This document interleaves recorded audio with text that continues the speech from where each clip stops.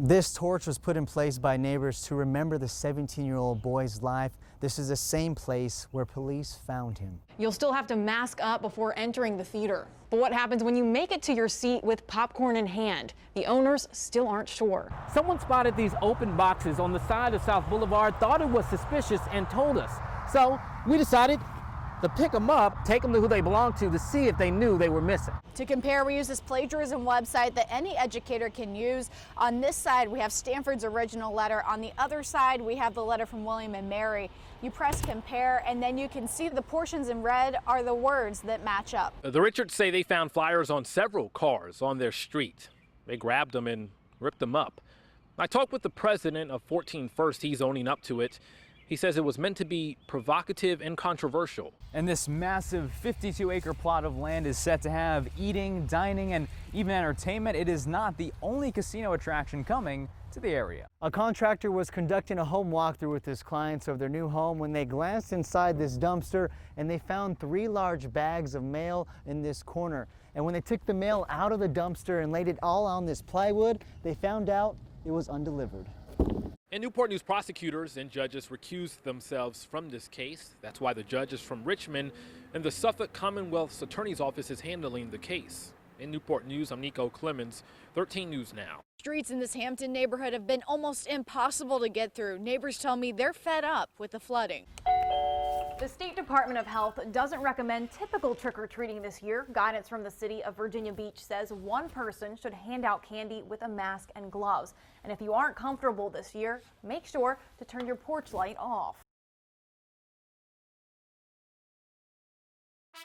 L A D Y G A T O R. 2 clubs. My name is Jalen Bullock. Oh yeah. I play defensive end for the Hampton Roads Lady Gators. I think it's something in my genetic code. Part ain't the word. You gotta put in that work. Damn. Go from the yelling to the hey, do this.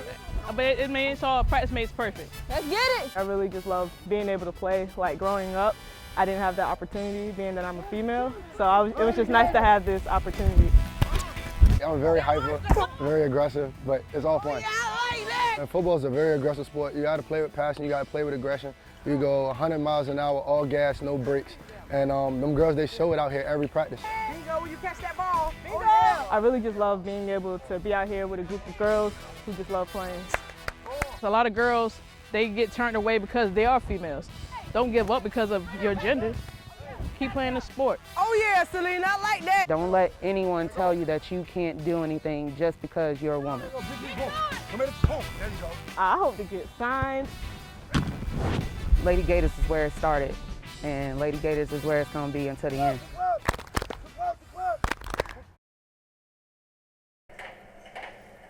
Tucked behind regal curtains, the big screen hasn't gone away. There's only one place to look. It's at the light on the screen, and you just get lost in the movies. Movie magic is still on pause in many states and here in Hampton Roads. March 19th was our last show of Emma, and we have not been open since. Co-owner Tom Vorlis contemplated showing Jaws July 4th weekend, but chose not to open in Phase 3. Numbers were rising right before then. It turned out to be the right thing to do. State guidelines say theaters have to keep capacity at 50% and guests 6 feet apart. We seat 530 people in here. I wouldn't want to have more than 150 people in here. You'll still have to mask up before entering the theater. But what happens when you make it to your seat with popcorn in hand? The owners still aren't sure. I guess they would lift their mask up a little bit and eat it, but you're not supposed to. If Narrow opens soon, Vorlis isn't sure movie lovers would go. In an enclosed space for 2 hours and sit and share the air with other people they don't know. The films aren't ready either. Many big theater chains still aren't open.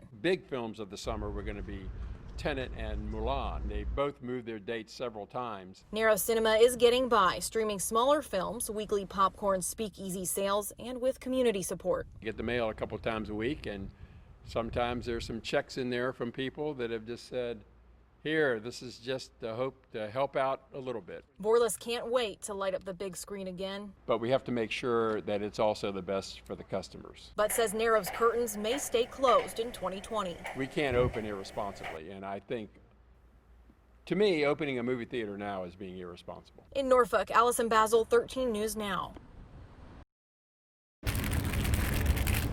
work so hard. I'm always telling people about what I do. My mom taking me to see Christmas lights and just being amazed.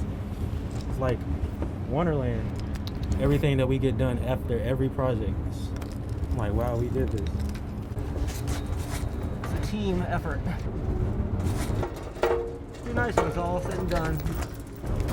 Look back and see what all your hard work paid off. Winterfest is primarily an outdoor experience, but we wanted a place for folks to come down and explore the Battleship Wisconsin. So this is my baby. It's the most wonderful time of the year. So this is an amazing train that we created for kids. It's kind of the culmination of an interior area on board the battleship. It's been a tough year for everybody, and we wanted to do something for the community. Above deck, we have this sort of enchanting walk-through light display. Over 300,000 holiday lights. It really is very whimsical, very artistic. We're really proud of this, and this is something that's going to be here to stay. There is a lot of love that goes into this. The Battleship Wisconsin is going to shine brighter than any ship in the historic naval fleet this year, and we're excited about that. This is truly a singular experience on the downtown Norfolk waterfront.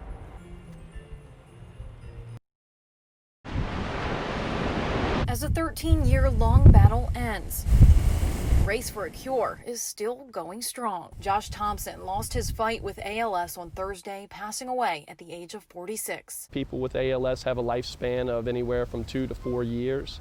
Josh lived for 13 years. Longtime friend Ben Davenport says Thompson's diagnosis in late 2006 never kept him down. A lot of people would have given up. Josh used that as kind of a rallying cry for all of his friends and community to start raising money for ALS. Thompson, Davenport, and the Virginia Gentlemen's Foundation started the annual JT Walk at the oceanfront that has raised millions for ALS research. An avid surfer, Thompson set out to create a beach park that anyone with a disability could enjoy. You've probably seen JT's Grumman Island Park on 1st Street at the oceanfront. It's the country's first 100% accessible beach park and playground. He was a mentor and a role model to so many of us in the community. We all loved him. Thompson is survived by his wife Joy and their 2 sons Wyatt and Jordan. Loved his children more than anything. I think that's what kept him alive for so long. And he just loved his children and his wife. Davenport says this year's JT Walk on November 8th will be a somber one. But I know that everybody's going to rally around Josh just like they always have. He says the community will keep fighting until there's a cure. Josh Thompson's a fighter, and that will be his legacy, is the way that he fought this disease so bravely.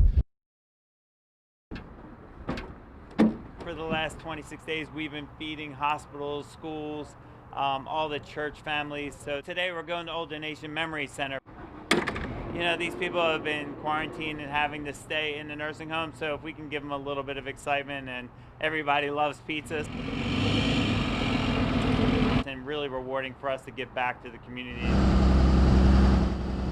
One word I can say is incredible. It's wonderful that Why Not was able to come in and do it safely for our residents.